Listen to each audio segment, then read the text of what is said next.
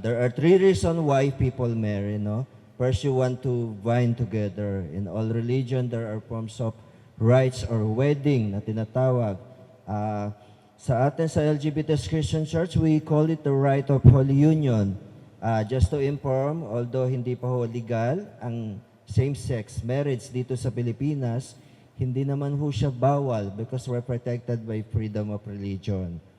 However, Certificate of Holy Union, nagagamit ho siya sa mga bansang may same-sex marriage, kagaya ng USA, Canada, Australia, New Zealand, and some countries in Europe. Nagagamit ho siya bilang proof of togetherness or evidence of the relationship para sa pag-process ng visa. No? Dito sa atin, nagagamit siya sa mga insurance. Yan. Dati ho kasi ang pwede natin gawing beneficiary, nanay lang natin, tatay, anak, kapatid. So ngayon as LGBT couple, nare-recognize na ng mga insurance company as family. Isa pang mabait po sa mga LGBT, mga bangko, kagaya ng BDO and Security Bank. Doon ho, pwede ho silang kumuha ng joint account and pwedeng gamitin ni Wenalyn ang apelido ni Cherry doon sa joint account. Regarding naman kung batas ang pag-uusapan, hindi pa ho magbabago ang apelido ni Cherry o hindi pa niya madadala ang apelido ni Wen o ni Wen, apelido ni Cherry. Kasi wala pa ho tayong batas na kumikilala sa same-sex dito sa Pilipinas. Okay ba? Okay. Second reason why people marry, we want to present to the community na ito si Cherry, no? Akin na to, no? Wala nang makakahadlang pa. All the way from Canada. Na ito si Wen, no? Bising-busy, kagabi pa. Third reason why people marry, you asking the blessings of God. Actually, pwede namang hindi magpakasal si Wen at si Cherry, no? Pero siyempre, sa ating pong mga Pilipino, iba pa rin yung may blessings, yung may basbas. Yung blessings not only in your friends, in your family, but also kay Lord. Napaka-importante niyan para sa pamilyang binubuo nila, no? In a marriage, it's always three of you dapat. Si Lord, ikaw at ang asawa mo. Para sa ganun, ang pundasyon ng inyong buhay pag-asawa ay lalo siyang nagiging mas matibay, no? Sabi nila, dapat yung mag-asawa, dapat may nanay, tatay, anak.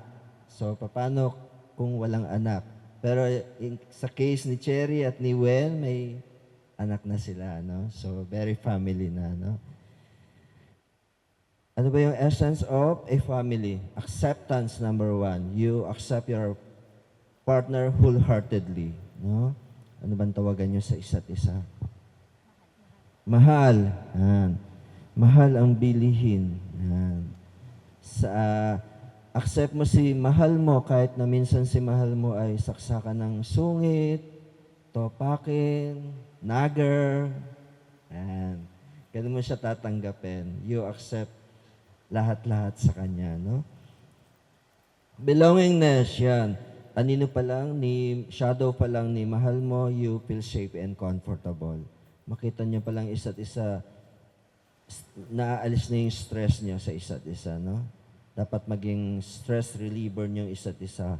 Yung tinatawag na, ikaw ang aking pahinga. Ayan. Kinikilig si Mami. Connectedness, communication is very important sa buhay pag-asawa. Ha, Cherry and Wen, ha? Especially both of you. Minsan, ano kayo? LDR, no? So, communication is very important. Sabihin mo kay mahal mo kapag ikay naiinis, nabubuwisit, naiirita. Sabihin mo rin kay mahal mo kapag ikay natutuwa. Your partner should be the first person to know about you, not other people. Unity and diversity. Yan, recognize nyo rin yung differences nyo sa isa't isa. There are certain things sa buhay pag-asawa na sometimes you have to agree to disagree. Yung isa'y gusto sa Canada, yung isa'y gusto sa Manila, pwede namang Allen. Allen, late summer. Ang tawag po doon ay compromise. No? Lahat ng bagay ay nadadaan sa mabuting pag-uusap. Responsibility, yan. Cherry, ha? From now on, your responsibilidad mo na your beautiful wife na si Wen. Same to you, Wen, ha? From now on, responsibilidad mo na si Cherry, ha? Huwag mong gugutumin, ha? Baka makikain yan sa iba. Yan. At home, when you say at home, one good analogy ng ating pagiging at home, yung ating pong tsinelas. Kahit anong ganda raw ng sapatos, kapag uuwi sa bahay, unang hinahanap tsinelas. Kasi kapag suot mo ng tsinelas mo, you feel safe and comfortable. No? Empowerment, yan. Katagumpayan ng isa ay tagumpay niyong dalawa. The success of one will be the success of both. No? Ang kalaglagan ng isa, mag-isa lang siya. No? Ibig sabihin nun, huwag kayong magsasabay. Kung isa ay nade-depress, dapat yung isa ay moral booster. Para somebody will pull you up. No? Ang batas ng buhay pamilya ay laging hilahan pa itaas. Tama na yung crab mentality na tinatawag. Otherwise, pares kayong lulubog. So, dapat laging hilahan, ha? Cherry and Wen? Marriage is about love, respect, and support. You know, marriage is about love, respect, and support. Marriage is a journey, ika nga. It is not a better process actually, but it is the most beautiful journey you can ever have in your marriage life. No? To someone that you love and becoming the person that God has always purpose for you. No? Though you are individuals unique who can be one together, but respecting each other's uniqueness, yun naman importante. Kung may mga marites sa buhay nyo, dead man na lang. Sa kanila walang forever, sa inyo meron. Ha? Our sexuality is not a choice, but happiness is. Ganda, no? Our sexuality is not a choice, but happiness is. You know, when God creates everything, He shares happiness to us. And now you want to build your own family because you want to share your happiness for each other. Happiness niyo isa't isa. Always focus on each other, not focus on others. Yan. But Cherry and Wen, I will not give you a false hope that after this you will have happy ever after. No. There's no such a perfect relationship in reality.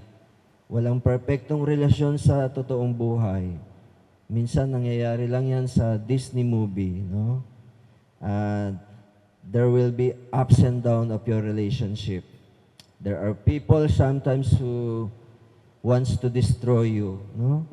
Lalo na makita nila yung my day nyo, happy-happy kayo. Sabihin nila, walang forever. Pero sa inyo, may forever. Ha? There are people sometimes who judge you or misjudge you. Ha? Lalo na meron pa rin pong ibang society na hindi pa accepted yung LGBT love, no? Sa isa't isa. And last na lang, Cherry and Wen, always pray together. Ha? If you need to go to church, go to church. Do not be ashamed. Marami tayong simbahan. No? Pinupunta natin sa church, I see Lord. Hindi naman ang tao. Amen? Now, Cherry, knowing of no reason why you may not be united with Wen, do you find within you a special love for her that convinces you that you want to spend the rest of your lives together? I do. Do you also find within yourself the courage and conviction to resist the many deaths by which love can die? I do. Are you willing to love her in her unique fullness and to take the risk and to accept the vulnerability of that love again and again and again? I do. Now, when? Pwede pang magbago isip. No? Knowing of no reason why you may not be united with Cherry, do you find within you a special love for her that convinces you that you want to spend the rest of your lives together? I do. Do you also find within yourself and courage and conviction to resist the many deaths by which love can die? I do. Are you willing to love her in her unique fullness and to take the risk and to accept the vulnerability of that love again and again and again? I do. Hi, mahal. Ay, hindi ako iiyak ha. Bawal. Last year, 2023, ang daming nangyari actually, di ba? Maraming iyak, maraming tawa. There is no word to express how happy I am na kasi sa araw na to, grabe ang ginawa ni Lord para sa ating dalawa.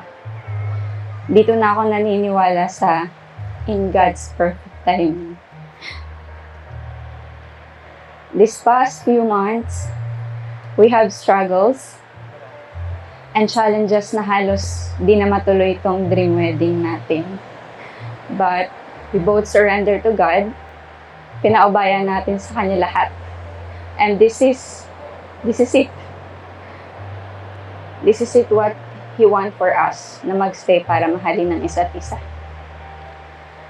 Maraming tao ang dumaan sa buhay natin. Some stay, suddenly, some would go. But I learned that all those who cross our life serve a purpose in their own ways.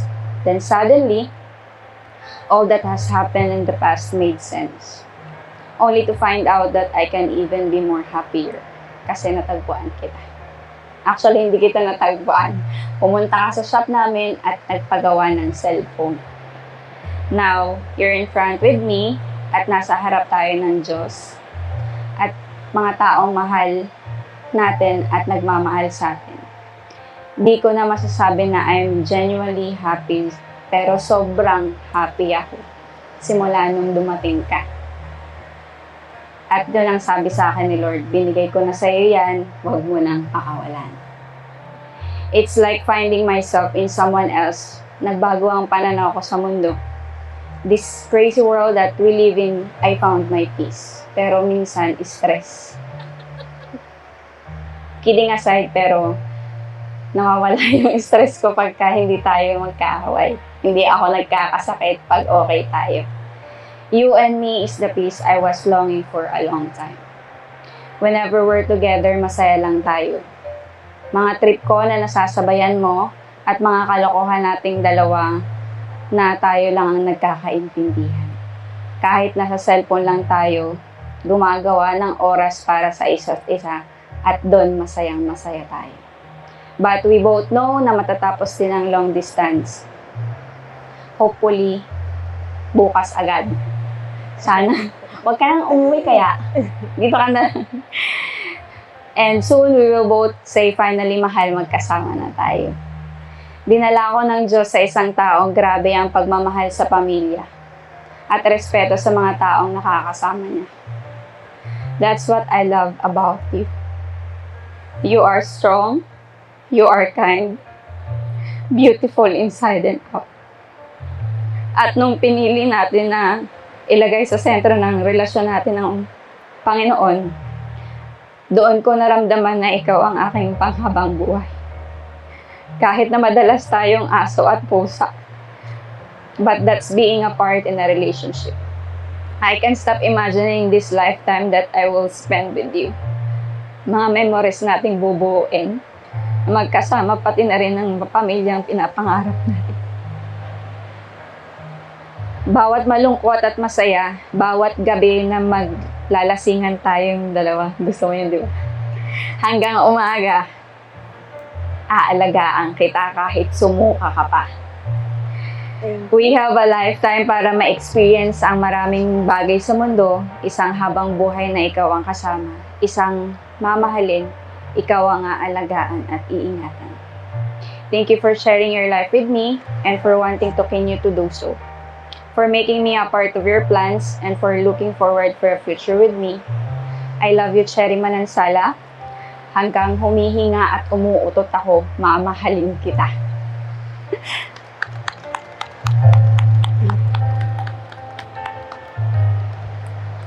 Saan ang kodigo? Wala kang kodigo. Actually, lahat ng sa buhay ko nakaplano. Pero hindi ko naplano yung vows ko. So, uhugutin ko na lang kung saan, kung ano yung meron yung puso ko at plano ko.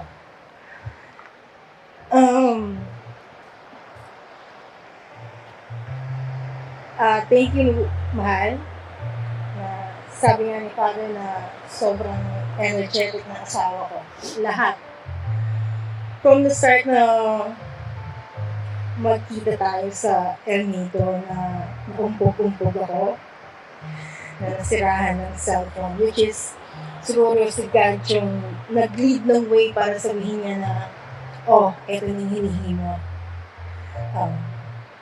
Hindi ko masabing pagtsagaan mo na kasi sobrang sa totoo lang po, ang daming topak nitong babae na to. Sobra po. Pero wala akong magawa kasi mahal ko po talaga siya eh. Nandun na po yung iba-block niya ako. Unblock. Ginawa ko na rin po sa kanya para ma-feel niya yung na-feel ko. Pero from the start na nagkakilala tayo hanggang sa last night na nainiwan kita. Hanggang pasakay na ako sa aeroplano. Nagkaiyakan tayo. Sinet ko na yung puso at utak ko na ginagawa ko na from that day yung responsibilidad ko sa'yo na which is, alam mo yung unti-unti ginagawa ko lahat ng alam ko na magugustuhan mo na lahat ng responsibilidad bilang asawa ginagawa ko unti-unti hanggang sa uling ng hiling ako. Ikaw at ikaw ay ano man mangyari, sabi nga tayo pa rin mag-away, magbati, walang maghihiwalay. Thank you po sa family po ni Gwen, sa mahal ko, na pinagkubayan niyo po sa akin ng mahal ninyo. Kay Papa, eto na. Yung promise ko sa inyo na hindi alam ni Gwen na may usama kami ni Papa. Pinamere ako ni Papa nung last na umuwi. Sabi niya sa akin, ito ang bala kay Gwen.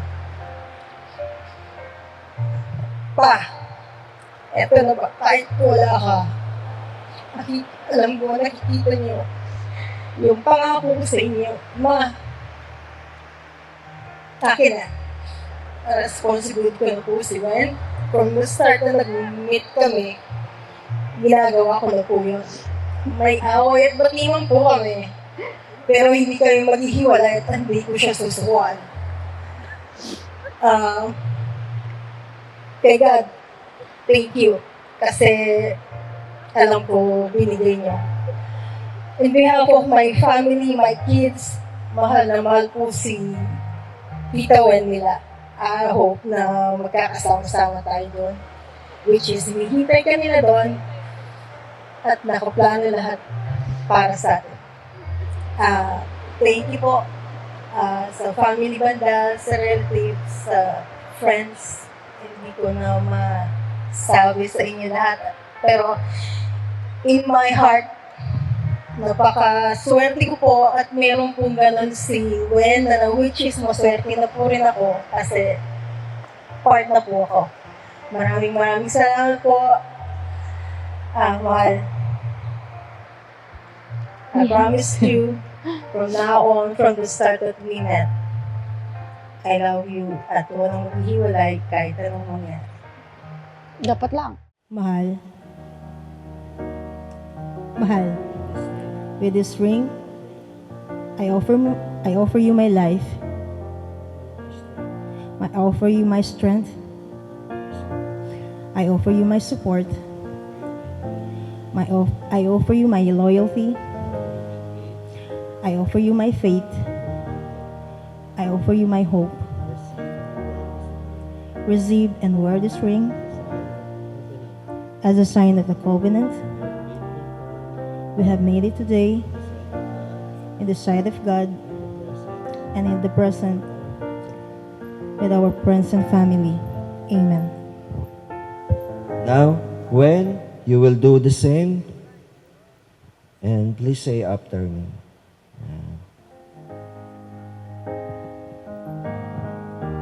Left. Mahal, with this ring, I offer you my love. I offer you my strength.